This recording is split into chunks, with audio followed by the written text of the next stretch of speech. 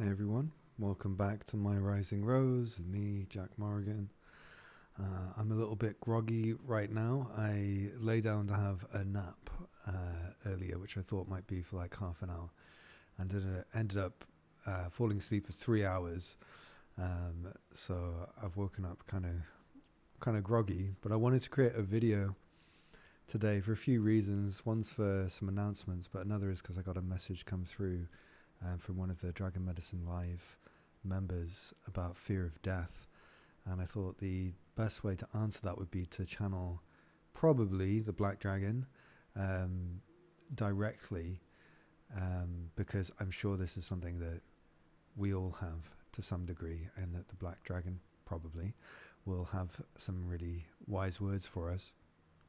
But I wanted to update you all because the launch for the Dragon Library is coming up. It's the 29th of August, so next Friday from the time when I'm recording this. And it's been really interesting for me because the last few months have been kind of strange. It would have been much simpler for me to just carry on doing Dragon Medicine Live and just make that the thing that I do. But I've never really ever since I've stepped into this role, like it's never been something where it feels like my logical mind is taking the lead on everything. It's more spirit is kind of taking me to where I need to go. And in some ways that's it feels to me like a kind of cheesy thing to say something like that. But it's true. And I just go with the flow, as kind of obvious as that sounds. But sometimes that's really counterintuitive, and it can mean changing direction even when everything's working really great by going in that direction. It'd be very simple for me to just carry on doing Dragon Medicine Live. Everything's set up to do that. It's working really well. I could just keep doing that indefinitely. The dragon's never going to run out of information to share. But I had a very clear call that I was supposed to do something different. And it's taken quite a few months to get that in gear. And there's been quite a few times during that process where I've been like, am I doing the right thing? Like, this doesn't feel good. It feels like everything is really slowed down. But thankfully, over the last few days especially, everything has just suddenly started falling into place. The new website that I'm switching over to is offering so many more things, and it's many of the things that we've kind of needed, that like I've noticed the Dragon Medicine Live people needed. And one of those things is like a real online community that everybody can be a part of. Like it became really obvious when starting Dragon Medicine Live that people needed to connect with one another. Like I totally get it, because I've gone through, and I'm continuing to go through, a very similar process of awakening. And when you go through that, not that many people understand. It can be quite an isolating experience, because obviously for most people, they're not going to believe in this kind of stuff, and that's their right. Like, they don't have to believe it. I would have looked twice at anyone claiming to channel dragons. I've got no problem with people having issues with that. But it can create issues for us when we're the ones who's opening up to it, and it's real. We can really feel it, and it's helping us. It can be quite isolating. So I really wanted to create some sort of proper community, and with the platform that I switched over to, they have that built in, and it's basically like Facebook but not Facebook. It looks very similar to Facebook, but it's not within the Facebook platform whatsoever. So it's just us doing our own thing in there, which I think is a lot less intrusive. Obviously, you don't need a Facebook account or anything in order to access it. And what I've decided to do is to invite everyone who has been a member of Dragon Medicine Live, whether that was in the live or whether that was the recording only option. I'm going to send out a message to all of you soon to invite you into that for free, so you can all join free, and just kind of think of that as something that was included within your Dragon Medicine Live package. And also anyone who buys one of the courses within the Dragon Library will also have access to that community. And I just feel like that, I don't know, there's something about it, like I was just getting it finished today and yesterday, and there was something about like looking at it, like, because I don't know, I hope it doesn't sound really cheesy, but there's something genuinely magical for me in watching people connect with one another. Like, it's been with me for a long time, actually. I used to have a lot of parties at my mum's house. She wouldn't appreciate this, and hopefully she'll never see this, because she didn't know about most of them. But there was something, I love like bringing people together. Like, it brings me a lot of joy. So to bring people together when I know that they're going through difficult times and awakening in ways similar to me, and then I see people supporting one another, like, it just lights up my heart, you know. So it's great. I'm very, very happy that that's something that's going to be included for free with the other courses. There's more stuff to follow up. If you're part of the newsletter, you'll get a newsletter about this on Friday. I'm just writing it up at the moment. If you're not subscribed, then you can subscribe below.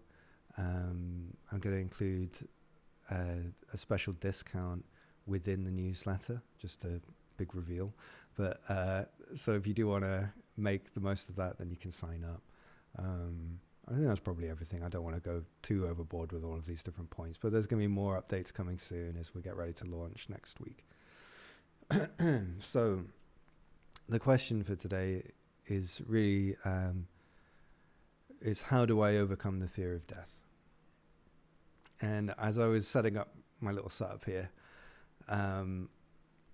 normally I zoom in a bit closer than this, but then I could see my friend over here, who just happened to be lit up really nicely, and that's Yamantaka. That's how I pronounce his name. Maybe it's Yamantanka. I'm not entirely sure, but he is the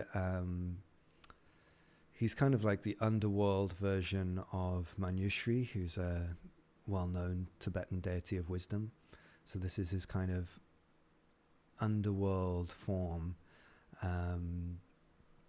and he's known as one of like the deities of death. So it just seemed appropriate to have him there watching over us while we do this.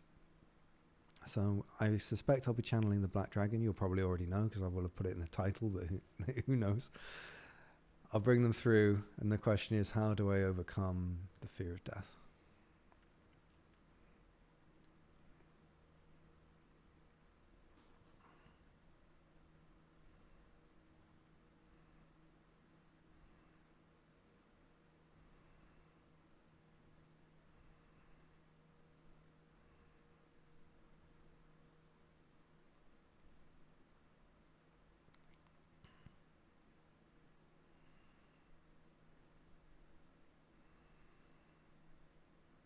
Gia Narayun. Gia Naraya.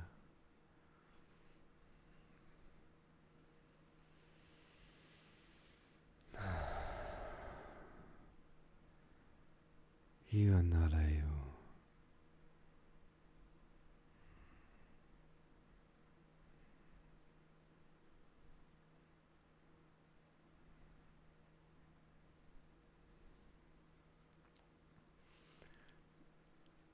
So bear with me a moment while I tune myself in. I'm actually able to tune myself in very quickly, because this is one of the rare occasions where Jack is actually right in his prediction, and the dragon that he thought would come through is indeed coming through. And actually I have been coming through for the whole time that he's been contemplating this question, which is why it's very easy for me to come through right now. I am, of course, Gor Koreth Gor Kor Earth, Black Dragon of the Underworld, part of the underworld of the cosmos, if that's not too much of an abstract thing to imagine. If you think how your own personal self has your own unconscious, and that unconscious is connected to the collective unconscious. Jack was literally just looking at a book by Carl Jung talking about the collective unconscious. So your individual unconscious aspect of yourself is connected to the collective unconscious, and that is connected to the worldly unconscious, the unconscious of this living planet herself as an actual spirit, a living being. And then you just extend that further to the cosmos being a single living being that also has its own unconscious. That's what I'm a part of. I am like a root growing through the unconscious of the cosmos. And because I'm a large root moving through that huge cosmic unconscious, all that's underground, that soil, because I am large in doing that, it means I can support your relatively small roots in your unconscious.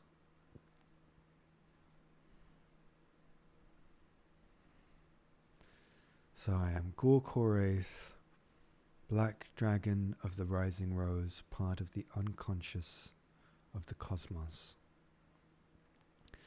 Now the unconscious contains all of your unconscious fears and desires. Generally, the unconscious is given this quite a negative spin a lot of the time, especially with the underworld. You know, a lot of people are very afraid of this.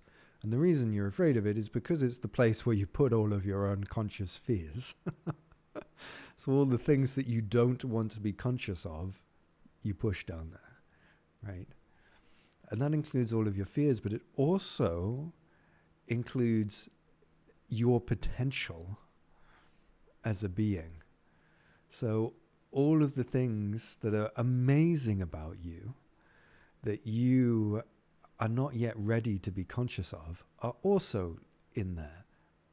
They're also within your underworld, within your unconscious, living as a potential of you. It's the you that you will eventually become. It's born of your unconscious, just like a child being born of the womb.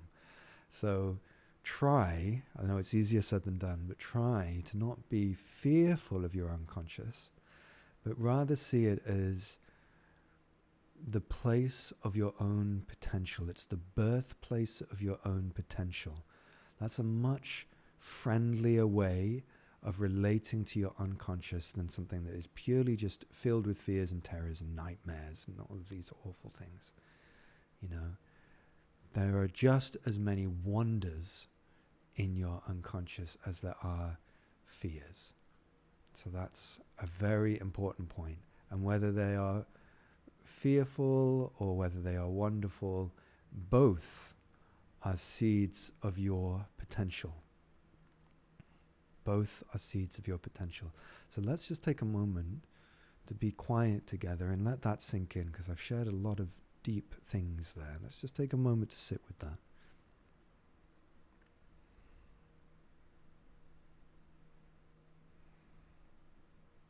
Digest what I've been saying.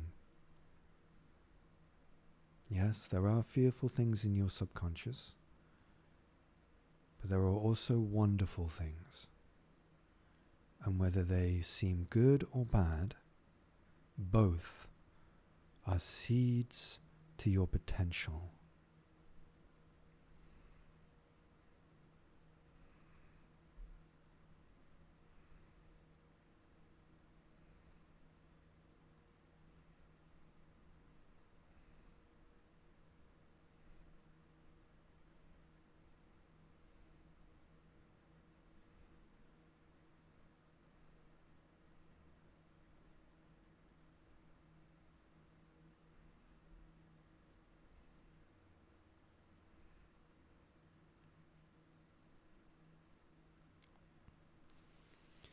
But today we're talking specifically about the fear of the end of your physical body. The fear of the end of your physical body. Now that is a very, very strong fear held in the subconscious of, I'm going to say, every human being to some degree. For some rare human beings, it won't come out very strongly in daily life. But when confronted with it, often the cracks will show. I'm talking about the highly spiritually evolved people, or people who are very, very comfortable with the end of their physical form. Even they, when confronted with it, the fears can reveal themselves. So first of all, we're talking about the ending of your physical form and the fear of that. And maybe not even just your physical form, but the ending of other physical forms.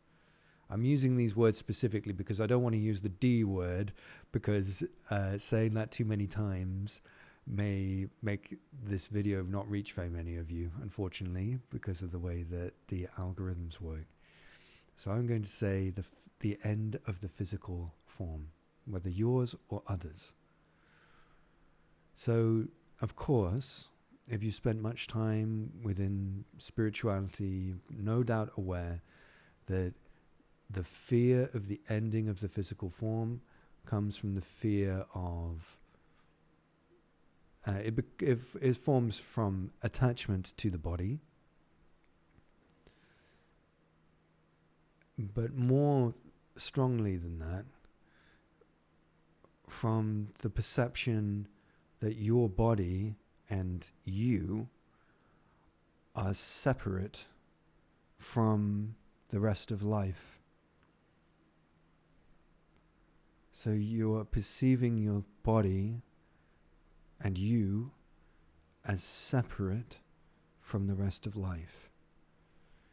And because you believe there is a separation, there is a lot of fear about the ending of this body. Now I'm going to drop in our famous quote of, the words that I'm saying are not the most important thing right now. I'm channeling a lot of energy through Jack's body that many of you will be able to feel. And I hope that you will feel it as a great comfort, because what I'm doing is extending myself to hold you and to hold your fears of the end of your form, the end of your body. I'm doing that in Jack's body in real time as I say these words to you. And for him, it feels almost like there's a piece of ice inside his belly. And this is one of the locations where he stores the fear of the ending of his body within him. And it's almost like a stone made of ice. Because I'm holding it, it's starting to melt a little bit. It's starting to thaw. It's releasing a little. And he's experiencing that as relief in his body. Like, oh. Because in many ways it's such a burden to carry, this fear of the ending of your form. And it's cruel, because it's inevitable. It will happen to every single one of you, every single one. No exceptions. And as you look around you, it happens to everything around you. The ending of forms is present always. Always. So it is a cruel fate given to humanity to be afraid of the inevitable. That fills life with dread. And it is an unnecessary dread, ultimately.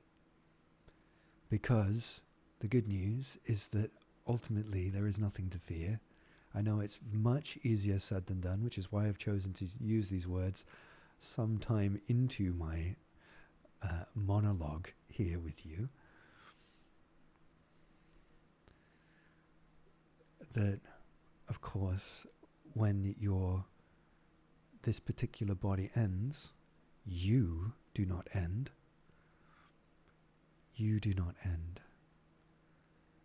And the truth of what you are will move through a process of transformation.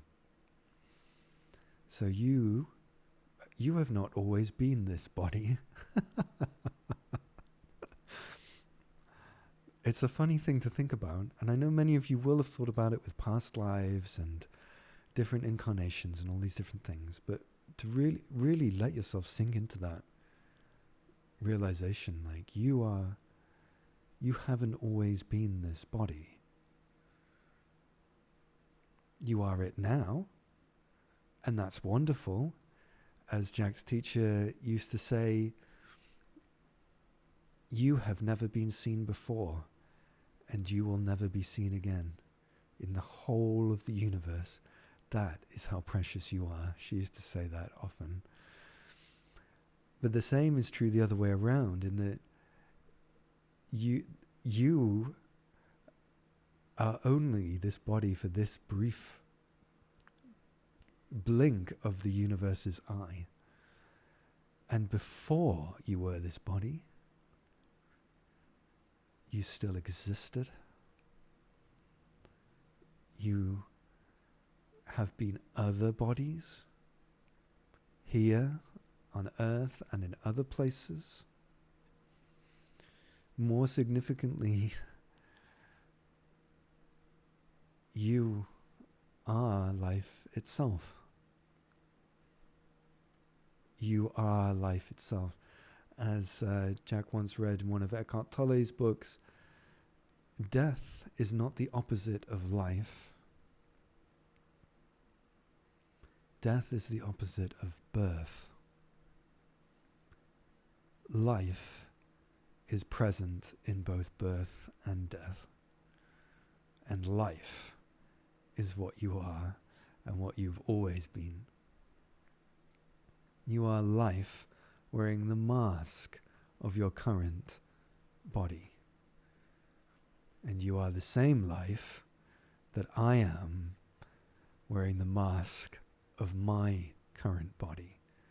You and I are the same life. Now, when you reach the point where it is time for this body to end, you will move through a transformative process. And when I say you, I mean you. We'll move through a transformative process. You could say an aspect of you. We'll move through a transformative process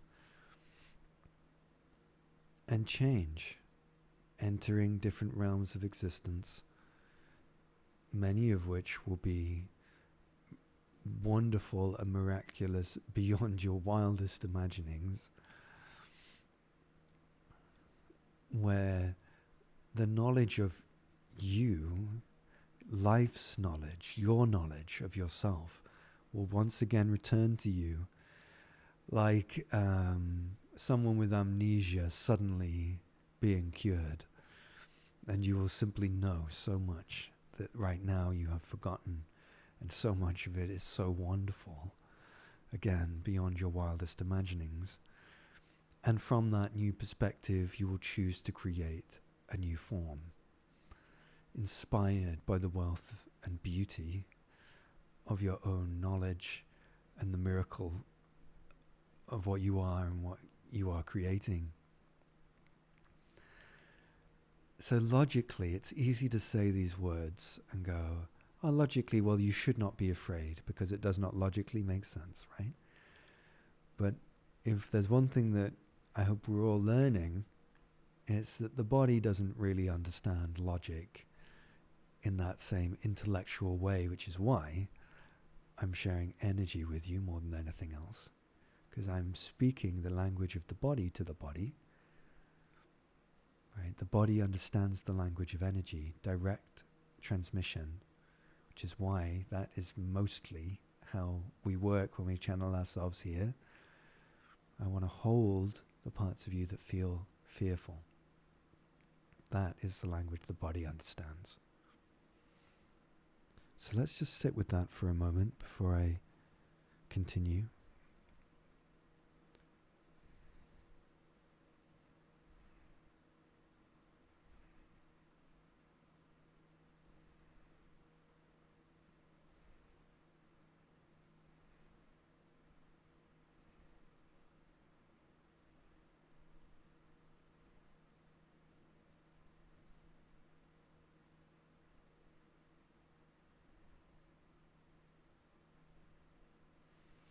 A lot of the fear of the ending of the body is rooted in the fear of the unknown, and also in a great deal of intergenerational cultural conditioning.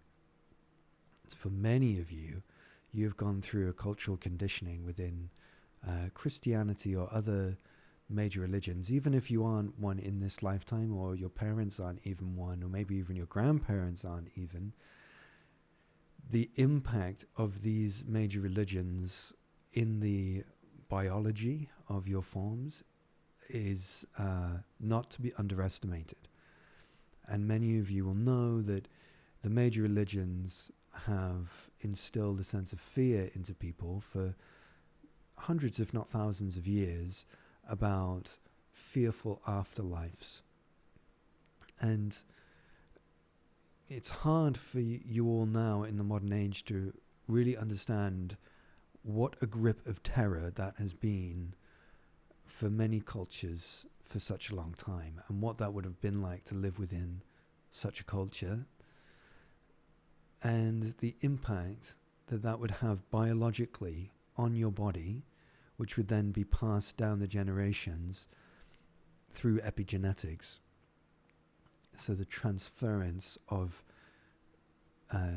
DNA from one generation to the other, and these fears of the afterlife being included in that. And logically, it might not make sense to you that you hold these fears, because maybe you have a very different view of the afterlife. Maybe you have a very positive view of the afterlife, yet still, even if you have such a thing, within the catacombs of your body's memory, in the DNA that you've inherited from your ancestors going back hundreds and thousands of years, does contain the memory of frightening beliefs about the afterlife, which can create this fear of the ending of the body. So let's just sit with that for a second.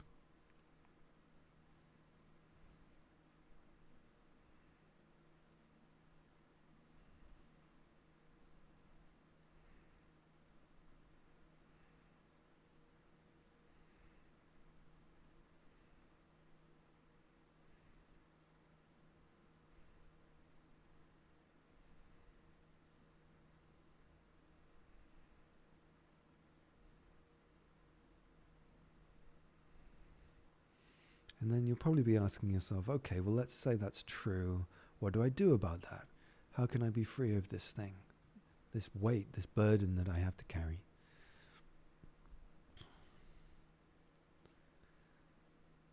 So for some of you, you won't want to hear this, but the key in many ways is patience. I know for some of you, you'll just want to click your fingers and have it be gone. But remember that here we're unwinding ancestral knots that go back a long way. So it took a long time to wind these knots up, so it's going to take some time to unwind them. In most cases, sometimes it can happen like a click of the finger, but oftentimes it happens like a click of the finger because a lot of things have been moving in the background without you even noticing. So let's just help that moving in the background. Let's just take a moment just to relax. Because ultimately what these fears are is tension. It's a kind of tension and resistance to life. The ending of the form is a natural movement of life, completely normal. And to resist it is to resist life itself. And what a terrible burden that is. So let's just allow ourselves to relax for a moment. Go, okay, this is how things are. I can feel the parts of my body that feel uncomfortable with that. I can feel the tension. I can feel the kind of rumblings, the murmurings inside the catacombs of my body. And I'm just here with it all. I allow it to be here. I allow myself to be supported by Gorkarath, who's here and is much larger than me and who can easily support me. I can rest upon him as I rest upon a mountain.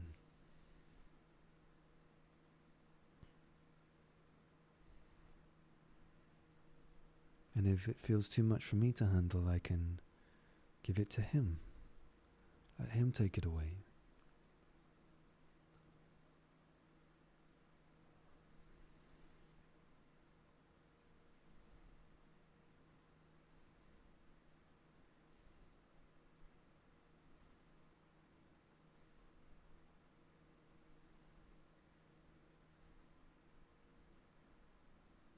It's a bit like we're just kind of chipping away at a block of ice.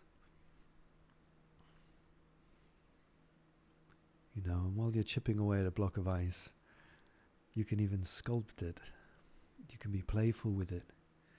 You can be creative with it. You can create something beautiful from it. Wisdom is born from the thawing of fear.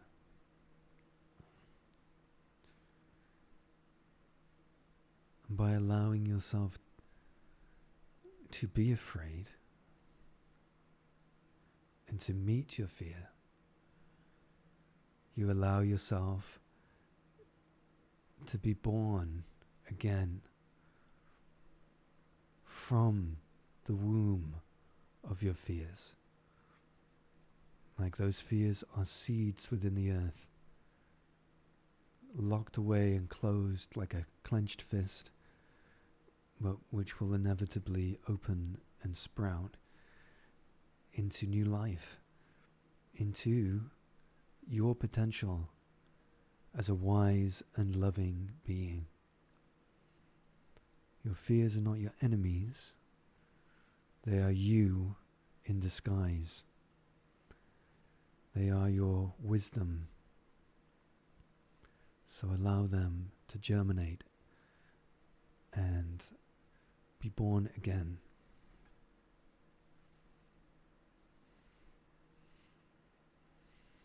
I'm conscious of Jack's energy levels, given how much he's doing right now. So I'm going to end this here. But I want to thank you all for having the courage to take these steps with me. I know that this is a challenging area, and each and every one of you who is willing to walk into it deserves to be acknowledged. So, thank you all for being here, and I'll speak with you again soon.